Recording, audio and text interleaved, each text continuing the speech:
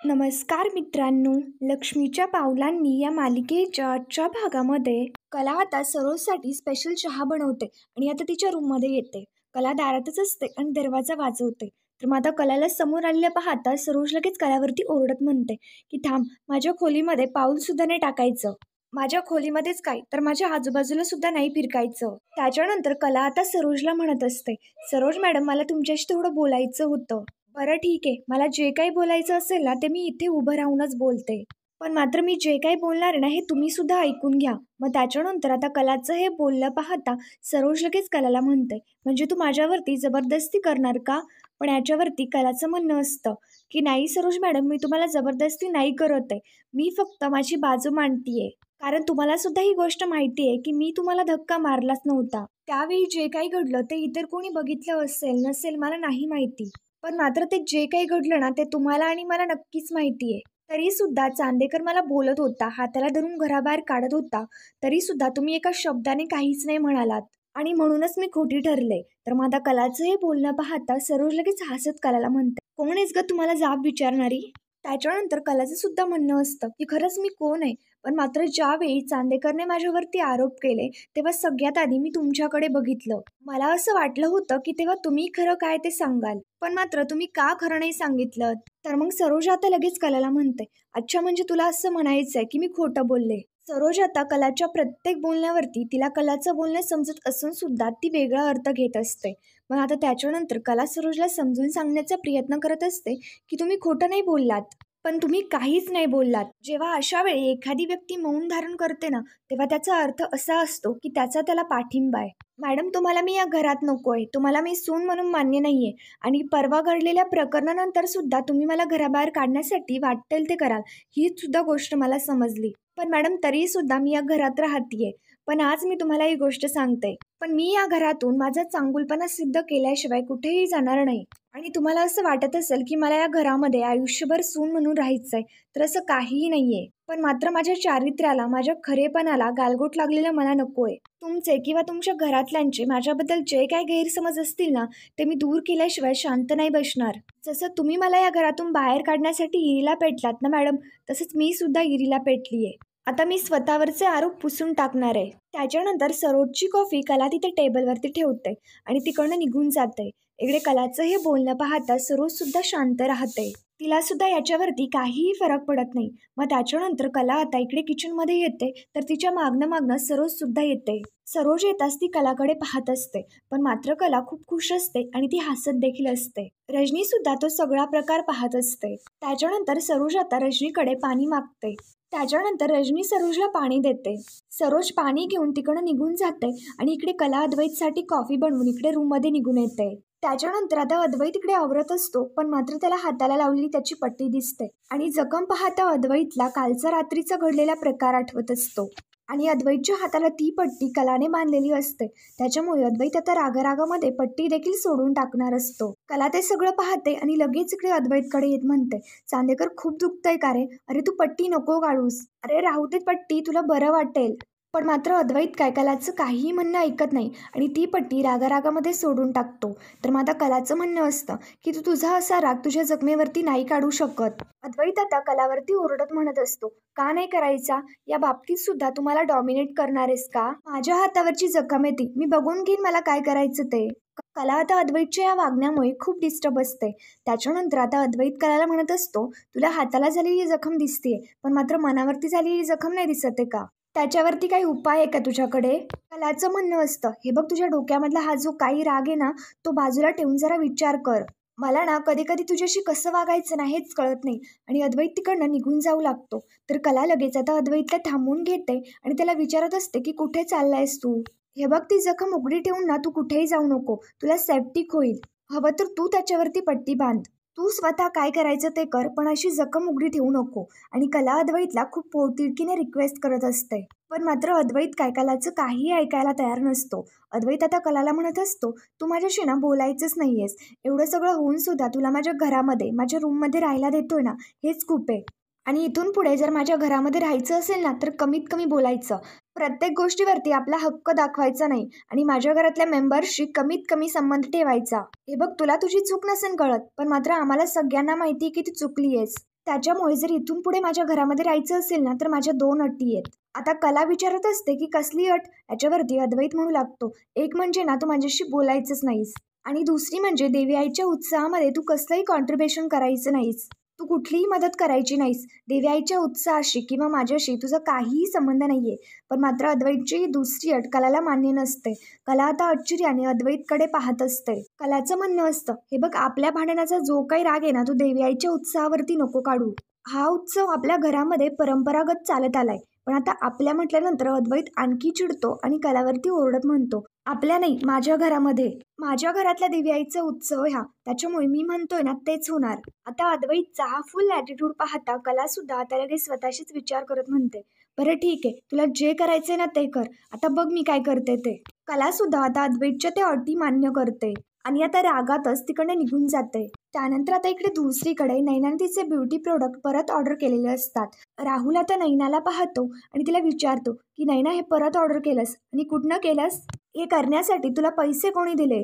नैना विचारते, तूच ओळख ना कुठनं आणलं असेल. याच्यावरती राहुल म्हणतो की माझ्या पैशातून, आणि ते खरंच नैनाने त्याच्याच पैशातून ऑर्डर केलेले असतात. नैना आता राहुलला म्हणत असते, कसं आहे माहिती का, मी कुठलंच काम ना फुकटात नाही करत. मी तुझ्या पैशातून कमिशन घेतलं आणि त्यातूनच मी माझ्या गरजा भागवतीये. आणि जर तसं बघायला गेलं ना तर हे पैसे मी स्वतः कमवलेत. आता तूच विचार कर ना, मॉमिनला तुला काय सांगत असतात की मी तुझ्यासाठी खूप महत्त्वाची व्यक्ती आहे. त्या ना अगदी करेक्ट बोलतात. तू ना एकदा शांतपणे विचार करून बघ. जे काही तू हे प्लॅन्स करू बघतोयस ना त्या सगळ्यासाठी तू माझा खूप चांगल्या प्रकारे वापर करून घेऊ शकतोस. मी तुला खूप छान उपयोगी पडू शकते. पण राहुलला नैनाचे कुठलंच बोलणं समजत नसतं. तर मग आता राहुल विचारत असतो, काय बोलतीयस तू हे? तर मग आता नैना सांगू लागते, राहुल तुला ना माझं कुठलंच बोलणं समजत नाही. मला खूप ना तुला एक्सप्लेन करावं लागतं. तेवढ्यात आता नैनाच्या डोक्यामध्ये एक आयडिया येते. नैना राहुलला म्हणते, तू आत्ताच्या आत्ता ना माझ्याबरोबर खाली चल, मी तुला लगेच डेमो देते. नैना लगेच इकडे राहुलला घेऊन खाली यायला निघते. त्याच्यानंतर कलासुद्धा इथे हॉलमध्ये येते. तेवढ्यात आता आबा कलाकडे येतात आणि कलाला म्हणू लागतात की सुनबाई मला तुझ्याशी जरा बोलायचं होतं. अगं कसं आहे माहिती का, या वर्षीपासून आपल्या देवी आईचं दर्शन आपण समद्यांसाठी खुलं केलंय. समदे भाविक दर्शनासाठी येणार, मग त्यांना प्रसाद देणं हे आपलं कर्तव्य आहे. आणि जे भाविक दर्शन घेऊ शकणार नाही त्यांना सुद्धा प्रसाद भेटायला हवा. अद्वैत सुद्धा तिथेच असतो आणि तो आबांचं ते सगळं बोलणं ऐकत असतो. आबा बरोबर म्हणत असतात की शेवटी चांदेकरांच्या घरी बसणारी जी देवी आई असते ते कोल्हापूरचं श्रद्धास्थान असतं. त्याच्यामुळे यावर्षी माझी अशी इच्छा आहे की आपण नारळाच्या वड्या घरी करू आणि त्याच आपण प्रत्येक भाविकाला प्रसाद म्हणून द्याव्या. तर मग आता आबांचं हे सगळं बोलणं पाहता कला सुद्धा खूप खुश होते आणि तिला सुद्धा खूप आनंद झालेला असतो. त्याच्यानंतर कला सुद्धा आता आबांना म्हणते, आजोबा ठीक आहे, चांदेकरांच्या घरचा प्रसाद सगळ्या भाविकांना मिळणार. आबांची अजून एक इच्छा असते की हा प्रसाद कलाने स्वतःच्या हाताने करावा आणि आजोबा कलाला प्रसाद करणार का असं विचारत असते. पण मात्र कला आता शांत राहते आणि अद्वैतकडे पाहू लागते. तर मग आता अद्वैतकडे पाहताना आजोबा सुद्धा कलाला पाहतात. आबा आता लगेच कलाला विचारत असतात की प्रश्न मी तुला विचारलाय ना, मग त्याच्याकडे काय बघतीयस? कला आता मान हलवत हो बोलते. आबा आता बोलत असतात, हे बेस्ट झालं, आपल्या देवी आईची मूर्ती जिनं घडवली तीच आता देवी आईचा प्रसाद सुद्धा बनवणार.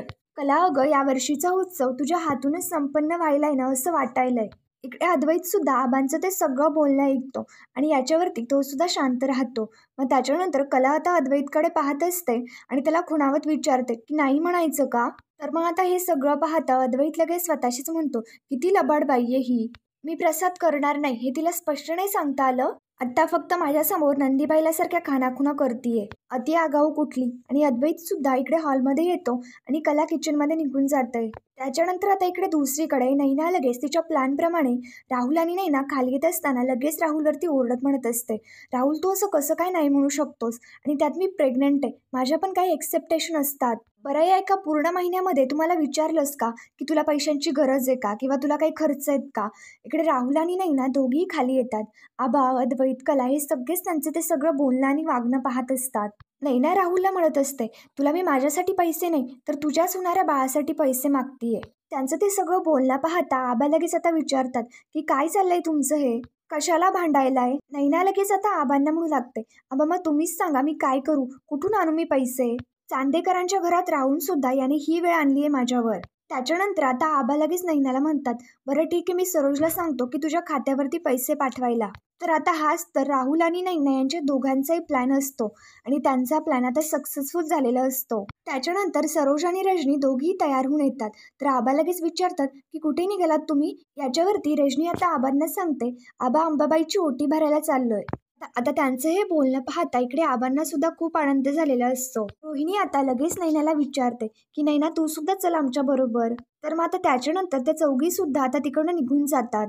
त्याच्यानंतर आता इकडे दुसरीकडे नैना बरोबर राहुल सुद्धा बाहेर आलेला असतो आणि आता नैना लगेच राहुलला म्हणते, बघितलंच नाही मी काय केलं. त्याच्यावरती राहुल म्हणतो, आता हे सगळं करून तुला नेमकं सिद्ध काय करायचंय. नैना म्हणत असते, मला फक्त हेच सिद्ध करायचं होतं की आपण दोघं ना एकमेकांशी उगाच भांडतोय. तुला तुझ्या आयुष्यामध्ये काय करायचंय, मस्त एखाद्याकडनं पैसे लुबाडून आयुष्य आरामात जगायचंय. मग माझा मुद्दा तर हा आहे की आपल्या दोघांना सुद्धा पैसे घेऊन टाइमपास करायचा आहे ना, तर आपण टाइमपासच करूयात. मग तेच ना, आपण एकमेकांशी का भांडतोय.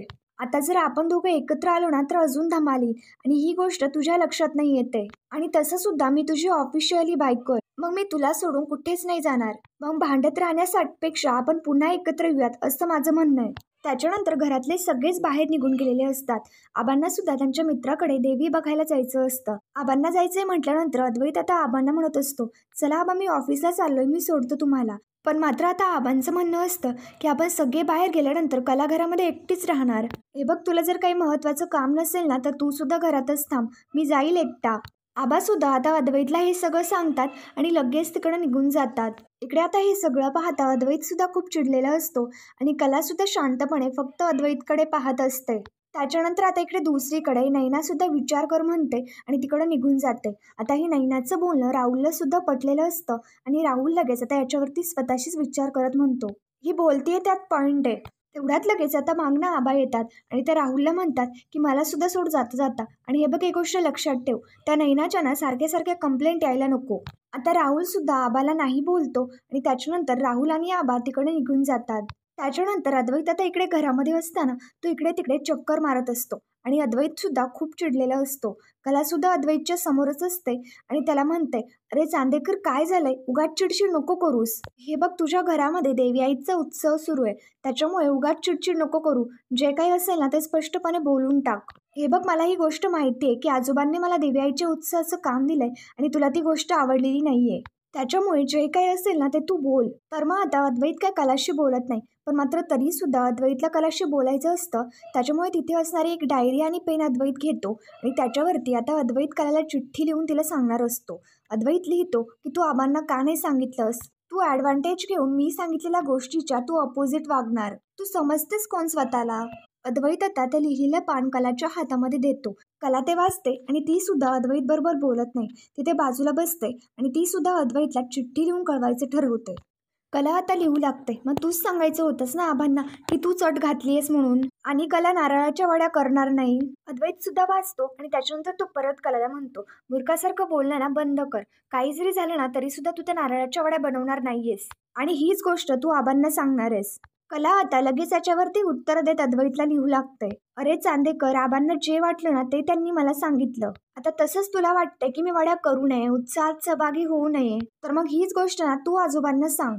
तूच तर सांगितलं ना की माझ्या घरच्यांशी जास्त बोलायचं नाही, मग जी मला सूचना दिली जाते ती मी ऐकणार.